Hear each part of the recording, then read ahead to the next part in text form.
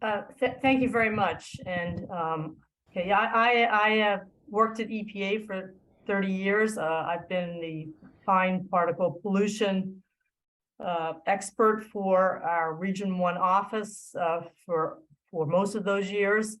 Our Region 1 office is New England, which is 6 states.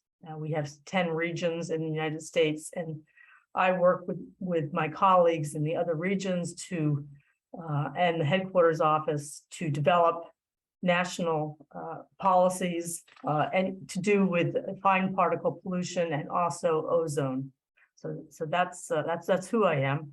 I'm going to just touch on some of our cropland practices, some controls on cropland burning, and US-EPA smoke management role. We work with the US Department of Agriculture and the US Forest Service in coordination on controlling burning. So let me just get into the, very quickly, our practices have changed greatly since the 1990s. We've abandoned a lot of the traditional practices. And of course, we have had big agriculture, mechanization, a lot of use of pesticides, nitrogen fertilizers, and cultivation of marginal land. So a lot of these new practices have created, additional environmental issues. And we've learned a great number of lessons from the mistakes that have been made since the 1990s. And there is a great effort now to improve agricultural practices. It's a very big business in order to conserve and protect soil in particular, and to allow the volume that we need of agricultural products to continue. So here is just a picture of the vast cropland in the United States. We rank second in the world after India. We have about 166 million hectares of cropland, best seen graphically in this image. And again, there's lots of links to build upon what I'm saying. I hope you take advantage of those. These are the main crops, not surprising. Rice and peanuts, sorghum, corn, etc.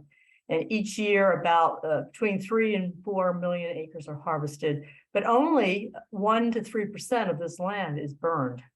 And that's mostly in the Southeast, the Great Plains, which is in the mid part of the US, and the Pacific Northwest. Note 1 to 3% that, we do have burning, we have controlled burning, and we have reduced that amount by use of different tillage methods, because it's now recognized that, as I think some former speakers said, some of the problems with burning is that it destroys the soil structure, and it has, in fact, many more disadvantages than advantages. So it's being discouraged. We've had large farmer surveys done over the years to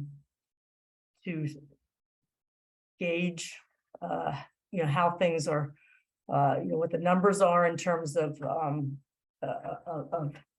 behaviors of the farmers, and how well the new policies that are being promoted are being implemented. So, but there's been a lot of change due to the warming climate, longer growing season, and advances in seed technology. So those have been the changes. These reports are quite interesting. I encourage you to look at them between 2003 and 2016.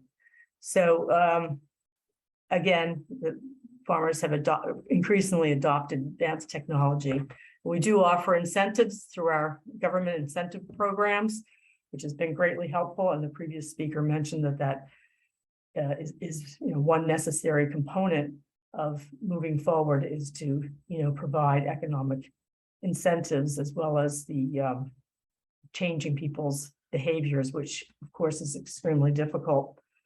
Perhaps less so here than in other countries, because we have a very adaptable system, because we do provide large agricultural subsidies which may not be available in other countries. Okay, so let me move on here. Oops. So one problem we had in looking at our issues of trying to change behaviors is that we had a very bad national emissions inventory. We did not have a good inventory of how much crop residue and grass pastures were being burned. So there's been some efforts to, and this has been very successful, using satellite imagery and field data, as well as crop-specific emission factors to improve our emissions inventory. So this is a baseline activity that countries will want to do, is to make sure their emissions inventory reflects reflects how much burning is occurring, how much emissions are coming from cropland burning, as well as prescribed fires and wildland fires. So I have a link here which actually goes through the process of using some of our sophisticated mapping systems to look at the amount of crops, where they exist, and then overlapping that with fire maps, and then making an estimate as to matching the fire with the crop type to say, okay, well, this looks like this is the kind of crop which is still being burned. This is a fire in this location. Therefore, we're going to tag this as being a area which is still undergoing burning. Then we use emission factors to come up with emission estimates. So here's a map showing the cropland, and where there are PM 2.5 emissions. So there is open burning in these areas. And the total estimate through this methodology is that we have, about 1,500,000 acres being burned annually. And so, as I said, the government is trying to, through the Natural Resources Conservation Service and through controlled burning, is trying to reduce the emission levels and also the impacts of the emissions, so that if there is burning, there will be less of an exposure to the general population. So these are just some pie diagrams showing, where open burning fits in the overall amount of PM 2.5 produced. This is actually black carbon emissions. So EPA, as I said, partners. It does not alone control open burning or tillage practices. In fact, that's mostly the Department of Agriculture and the U.S. Forest Service. And again, local agencies get involved. So there's that need to get those multiple levels of government involved. That's key. In fact, a lot of data comes from the local agencies and then is compiled at the national level. And that process is not perfect. We do have problems sometimes with accurate reporting of burning at the local level. It's not always transmitted upwards, so that needs some coordination. So we have, our authority at EPA is in the Clean Air Act. And we set national ambient air quality standards. So again, the previous speaker mentioned that emission standards are key. If you don't have good emission standards, then you have nothing to regulate.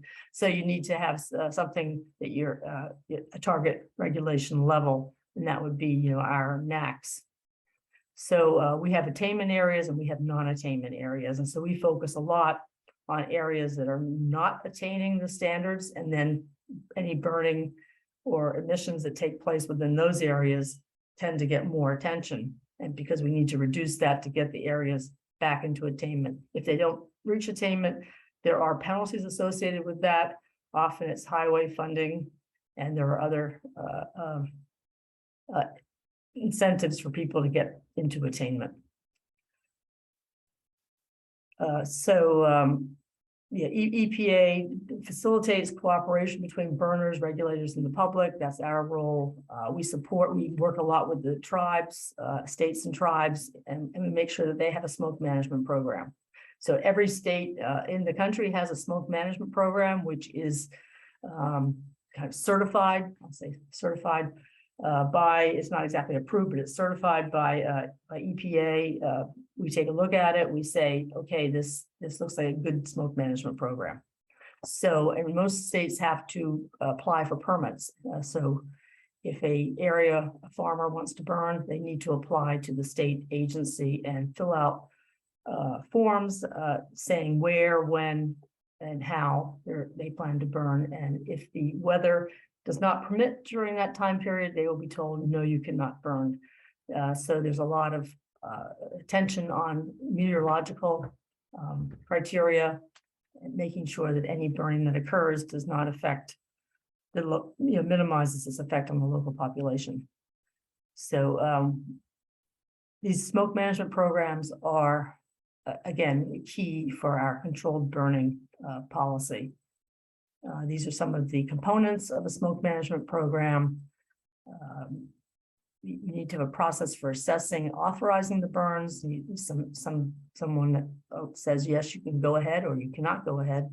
A plan for minimizing emissions. Then actions to minimize any fire emissions, to evaluate the smoke dispersion, both predicting it ahead of time and monitoring it during the burn, and also notifying the public to reduce public exposure and monitoring air quality. There's a big public education and awareness component to the smoke management programs. Let's move on here. I've got at the end of this presentation some links to some examples of some smoke management programs across the country. So when planning to burn, there's lots of considerations. And here's a list of those: the moisture content of fuels, the proximity to other burns. I mean, you don't want to have multiple burns going at the same time, because you get the combination of fires that then reach a level that's higher than individual burns. You want to see who the sensitive populations are and critical infrastructure. So these are pretty, I think, common sense, but to write them all down is very significant. And then we have some mixing height is key. You want to know what the surface wind speed is, and this ventilation index. I'll say a little bit more about that in a second. Cloud cover, relative humidity, etc. Ventilation index it's the U.S. National Weather Service's indicator of the degree of air circulation for a specified area. It's the potential for smoke to ventilate away from a source. So I have a link here to how that is calculated. It has a very simple scale, excellent to poor, and the number tells you whether you've got that good smoke dispersion or not. So that I won't get into the details, but it's quite a technical process to estimate this, but the National Weather Service makes it, pretty easy to it shows you, what data you need to determine that. I have an example in Arizona, and I'll move forward here because I want to get into some examples of alternatives to burning. So this just shows the air quality monitoring site that we have, where you can see where all the monitors are located. This is just an example in California. We also augment our air quality monitoring now for wildfires with sensor data from Purple Air sensors. Dr. Alison, sorry, if you can kindly wrap up in 3-4 minutes, it would be good. Sorry for that. Thank you. Okay, so these are these are just more about emissions and resources for seeing where your fire is, and some of the key satellite information which can be used to evaluate potential burning or to try to target areas for reduction of burning. Emission factors, there's some for different crops. Those go into the calculations of the amount of emissions from open burning. Public education and awareness, various messages, including a visibility index, which I encourage you to look at. That's very useful, so people know, how far to expect, how far they can see during a burn, and therefore judge the amount of PM in the air, and so the public's at least aware of what their exposure is. It should be very low if it's done right. So, of course, why burn? Everybody knows these factors, destroys soil, etc., and a lot of traditional behaviors. And often there's not a market for the products. It's hard to build those markets. So there's lots of benefits for not burning. So here's nutrients lost in burning 2,000 pounds of wheat straw. It's significant, the nutrients that are lost. Alternatives have been mentioned by others. Use of animal bedding, shipping, grinding, mulching, so forth. And here's just an interesting graphic which shows the drivers, effects, and solutions to crop residue burning in a nice compact graphic. Here's some examples. The links will get more information. This is in Minnesota. There's a YouTube film of some no-till farming, and then an example of how the soils are much richer without burning and with the no-till farming, and some of the equipment that's used. And you've probably heard of the happy cedar, which has been a good Asian example of no-till farming, and has been developed by the Punjab Agricultural University in Australia in collaboration, and some good field demonstrations on how effective this particular technology is. Potential uses of crop residues, different sectors where it can be used, though again, it's sometimes difficult to match the product with the markets. And here's just a outline of some of the rice straw utilization in different countries and the percent of uses of the residue for these different purposes. Here's a good example of rice straw use in California. It's used for wattles, which would otherwise go into landfills. This is a great use of these residues. It's packed into these fiber rolls, and it's used for erosion control on the slopes of hillsides. It took a while for California to find a way to use their rice straw residue, and this has been a successful.